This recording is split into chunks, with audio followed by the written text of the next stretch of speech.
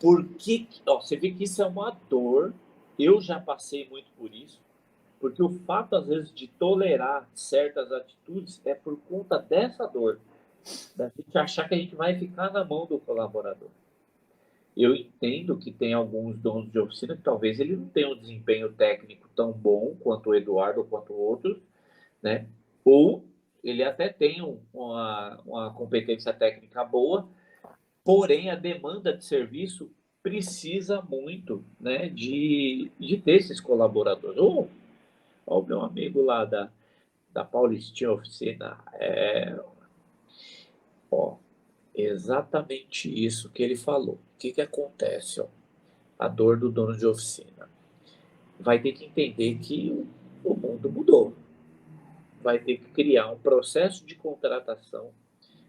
Você, ó, qual que é o maior problema de dono de oficina? Ele contrata pela competência técnica. Por quê? Porque ele precisa do cara que execute o serviço. Só que ele não dá atenção para a competência comportamental. Aí o que que acontece? Você contrata pela competência técnica e demite pelo comportamento. Comportamento inadequado, comportamento que vai contra a organização da oficina, e aí não tem como. Como que a gente consegue resolver essa dor? É o que o nosso amigo falou, você vai ter que trabalhar parte do treinamento. Olha aí, ó. Ó, é bem essa segunda pergunta que eu ia te fazer. Então, qual que é o melhor momento para você saber eliminar essa dor? Olha aí, ó. Quando você busca ó, o meu amigo ali da Retífica Matarazzo. Inclusive, eu fiquei de dar um retorno para ele. É que esses dias foi bem intenso aqui, mas você não saiu da minha lista, não, viu? Para eu trocar uma ideia com você a respeito da pergunta que você me fez uns dias atrás. Realmente, a mão de obra ela está bem escassa na área da reparação automotiva, né? Mas assim, a gente vive num mundo tão doido que se você olhar aí, não é só na área da reparação automotiva, é em muitas áreas. Se você pegar, tá entrando novas profissões aí que apareceram, né, William, na parte aí de Uhum. internet, tecnologia aí, que até a pandemia, de uma certa forma, não era nem conhecido, passou a ser conhecido essas profissões e não tem. O que que as empresas estão fazendo? Contratando, treinando, ensinando. Pô, mas aí eu vou treinar o cara, ele vai entender o serviço, ele vai ver que é um negócio muito bom e ele vai sair e vai abrir a empresa dele. Pois é muito melhor do que você não treinar, ele ficar na sua oficina e fazer um monte de besteira.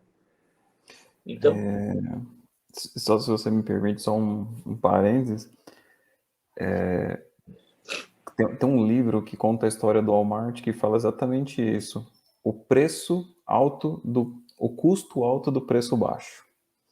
Eu só vou olha, deixar isso aqui, depois o Eduardo acho que já deve ter lido ou deve saber desse livro, depois ele conta mais. é bem a colocação de Henry Ford, né? Pior que é justamente essa frase dele. Pior que eu não treinar. É pior do que treinar e ele sair, é eu não treinar e ele ficar, né, ali.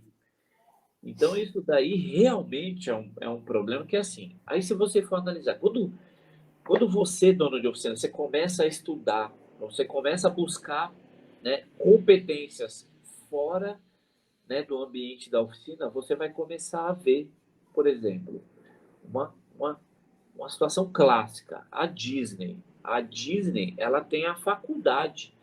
Lá é muita gente que trabalha, é muitos colaboradores que às vezes vai entrando, então eles têm uma faculdade que a pessoa vai ficar um bom tempo lá para ser treinada, e aqueles que já estão dentro da empresa são treinados, porque às vezes eles precisam subir de cargo, aí eles vão ensinar outras características para que ele possa ser admitido naquela função.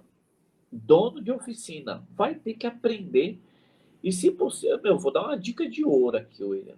Eu, ele pode. Eu fiz uma integração de um jovem que entrou há 2 semanas atrás. O que, que eu fiz? Eu gravei aqui a conversa com ele, simplesmente explicando os pontos, né, do regulamento interno da TAGMA. Expliquei e tal. Você concorda? Concordo. show de bola. Tá, tá, tá, tá, tá, tá. Você concorda com isso? Faz sentido para você? Nossa, faz muito sentido.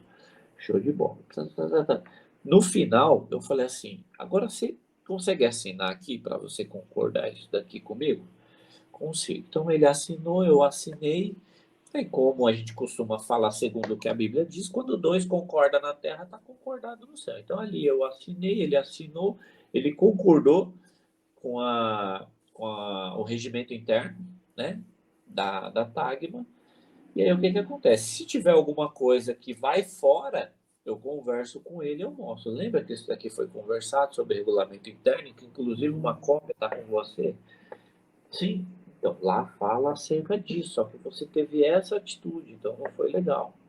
Esse é o primeiro passo, né? Esse aqui é uma conversa simples, aí depois passa por uma advertência verbal e dependendo da situação, uma advertência por escrito, uma, duas, partiu, justa causa.